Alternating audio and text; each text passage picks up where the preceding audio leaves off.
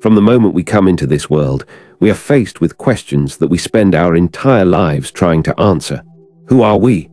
How do we fit into this vast universe? What is our role, our purpose, our identity? The process of self-discovery often involves some kind of comparison to the people around us, and sometimes it leads us to seek labels, easy ways to understand and categorize ourselves and others. One of the most common labels that gets thrown around is the term introvert and extrovert. We've all heard them before, perhaps used them to describe someone or maybe even ourselves. But how well do we really understand these two personality traits? It's so easy to say, "Oh, I'm an introvert," or "I'm an extrovert." But how many of us truly know what that means, beyond the surface-level assumptions that often come with these terms? There's a common misconception that introverts are shy, quiet people who prefer to be alone. If you've ever been told, "You're an introvert, you must love solitude," you might have felt misunderstood.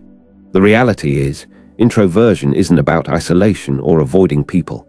It's about how we recharge. Introverts gain energy through solitude. After a long day of socializing or even working in an energetic environment, they feel drained and need some quiet time to recharge. But that doesn't mean they hate socializing or that they can't be outgoing. In fact, introverts often thrive in deep, meaningful conversations. They just don't have the constant need for social interaction that extroverts do. Their strength is in the ability to be alone with their thoughts, to reflect, to observe, and to engage with the world in a more thoughtful and introspective way. Now, think about the word extrovert. We often picture an extrovert as someone who is always the center of attention, the life of the party, always surrounded by people and never afraid of the spotlight. It's easy to believe that extroverts are simply outgoing and love being around people, but that's only part of the story. Extroverts do indeed gain energy from being around others, but it's not always about constantly being at the center of attention. They may enjoy socializing, yes, but it's not because they want to be admired or the center of the world. It's because they thrive on connection, on interaction, on learning about the world through those around them. They might also value quiet moments. What matters most to an extrovert is the balance of both worlds, the pull between action and reflection. So, where does this idea of introverts versus extroverts come from, and why is it so pervasive?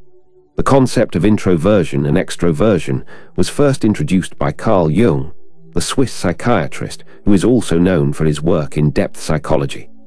Jung believed that everyone possesses a combination of both introverted and extroverted tendencies, but one is usually more dominant than the other. It's not about being one or the other, it's about where your energy flows.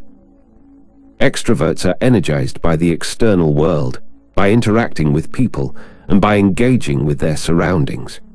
Introverts, on the other hand, are more energized by the inner world of thought, reflection, and solitude. But in our modern world, we often feel the pressure to fit neatly into one category or the other. This binary, the belief that you must be either an introvert or an extrovert, doesn't account for the nuances of human nature. In fact, it doesn't leave room for the complexities of behavior. You might be someone who feels like an extrovert at work, thriving in meetings and collaborations. But when the day ends, you retreat into yourself, craving a few hours of quiet to recharge. The reality is that many of us fall somewhere in between. This is called being an ambivert, a term that has gained traction in recent years. Being an ambivert means that you possess qualities of both introversion and extroversion. You may enjoy social gatherings, but you also need time alone to recharge. The key here is flexibility, adaptability. The line between introvert and extrovert is not as rigid as we might think. People are complex. Our personalities are shaped by our environment, our upbringing, our experiences. Someone who was shy and reserved as a child may grow into a confident speaker in adulthood. Or an extrovert who thrives in group settings may also deeply value quiet moments of solitude. This is where psychological science steps in. Over the years, psychologists have delved deeply into the study of personality traits, and how they shape our behaviors, thoughts, and relationships. One of the most influential theories comes from Hans Eysenck, a British psychologist who contributed significantly to our understanding of the biological basis of personality. Eysenck proposed that introversion and extroversion were two fundamental dimensions of personality. For him, the difference between the two types came down to differences in brain activity and how individuals respond to external stimuli. Extroverts, for example, have a lower baseline level of cortical arousal, which means they seek out more stimulation to feel engaged. Introverts, on the other hand, have a higher baseline level of cortical arousal, and thus, they feel overstimulated in busy environments. This idea is supported by modern neuroscience, which tells us that introverts and extroverts truly have different brain structures and chemical processes. Extroverts, as we've discussed, are more sensitive to dopamine, the feel-good neurotransmitter that helps motivate us toward action. For an extrovert, socializing, achieving goals, and receiving recognition triggers a larger release of dopamine, which makes them feel more energized. Introverts, however, have a less pronounced response to dopamine. Instead, they're more sensitive to acetylcholine, a neurotransmitter that helps them focus and reflect deeply. This makes them more content in quieter settings where they can think and process information internally. The science backs up what many of us already intuitively feel. Our brains are wired differently. But despite these scientific insights, we continue to face misconceptions. Introverts are often labeled as antisocial, while extroverts are seen as overbearing or attention-seeking. These are harsh and unfair judgments that fail to recognize the full complexity of each personality type. What these stereotypes overlook is the incredible value each type brings to society. The world needs both introverts and extroverts. One isn't better than the other. They are just different ways of engaging with the world. Introverts have unique strengths that are often overlooked in a world that celebrates extroversion. Their ability to listen attentively, think critically, and reflect deeply is invaluable, especially in situations where careful consideration and analysis are required. Introverts excel in roles that require focus, creativity, and long-term planning.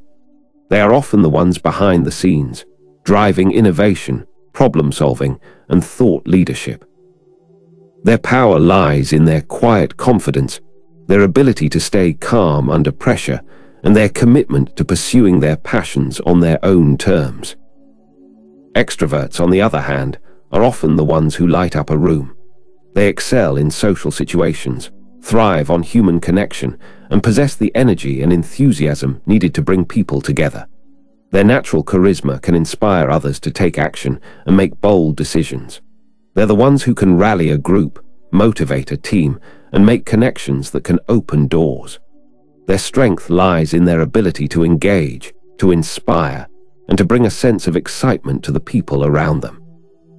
Both introverts and extroverts are essential to a thriving, dynamic society.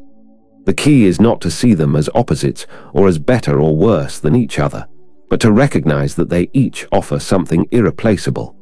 Introverts may need more space to think and recharge, while extroverts thrive on interaction and stimulation. But both contribute to the richness of human experience, each in their own way. And at the heart of all this is the fundamental truth that personality is complex. It's a spectrum, it's fluid. It's not something to be boxed into neat categories or rigid definitions.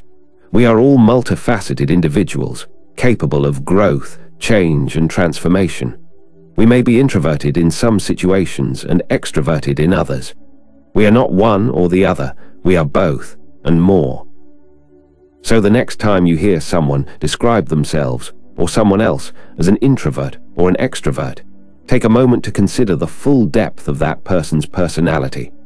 Remember that these terms are just labels, and they don't capture the richness of who someone truly is.